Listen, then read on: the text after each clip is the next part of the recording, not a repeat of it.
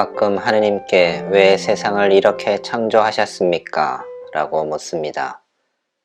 지금보다 더 아름답고 평화롭고 사랑이 넘치게 만들지 않고 고통, 폭력, 거짓과 위선의 세상을 왜 만드셨습니까? 라고 불평을 합니다.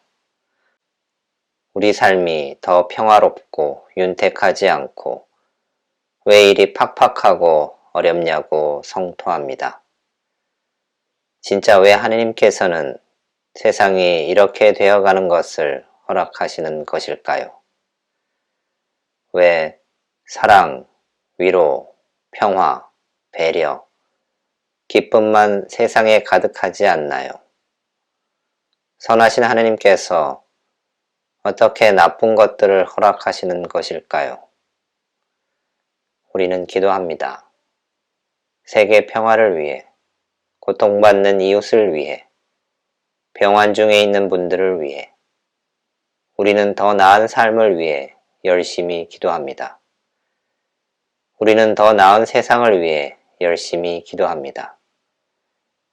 그런데 왜 세상은 크게 변하는 것 같지 않을까요? 왜 세상은 나빠지는 것 같을까요? 예수님께서는 나자렛에서 고향 동네 사람들로부터 무시당하십니다. 사람들은 예수님을 안다고 생각합니다. 예수님에 대해 일부 알고 있는 것도 사실입니다. 예수님의 어린 시절을 봤습니다. 예수님의 부모님과 형제들을 알기 때문에 예수님의 가르침과 기적들을 무시합니다. 우리도 예수님을 안다고 생각하는 것은 아닐까요?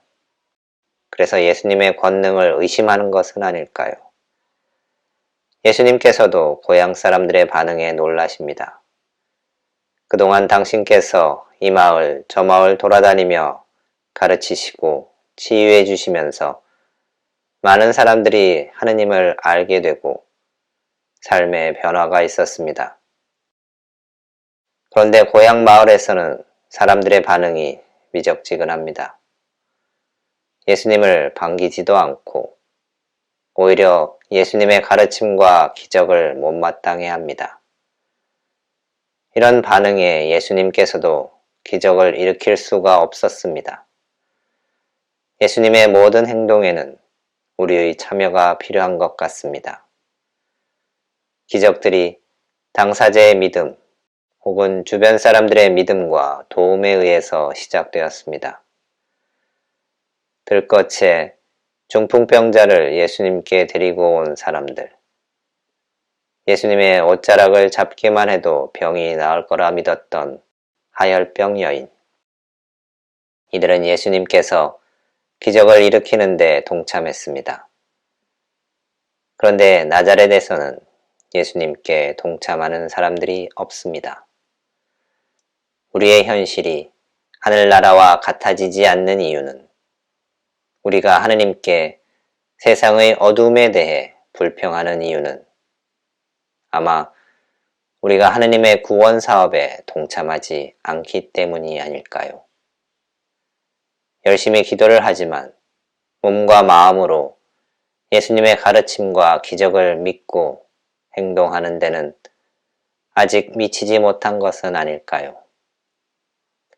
성당에서, 방에서 기도는 열심히 하지만 길거리에서, 직장에서, 학교에서, 가정에서 우리가 믿고 행동하는 것은 또 다른 모습이라면 우리가 바라는 세상은 아직 멀리 있을 것입니다.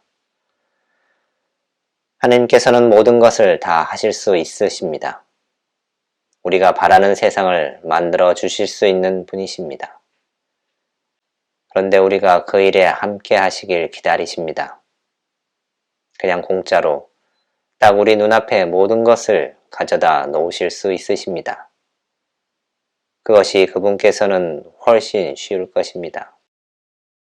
그런데 하느님께서는 기다리십니다. 우리 스스로 하느님의 마음을 읽고 그분의 뜻에 따른 행동을 시작하기를 기다리십니다.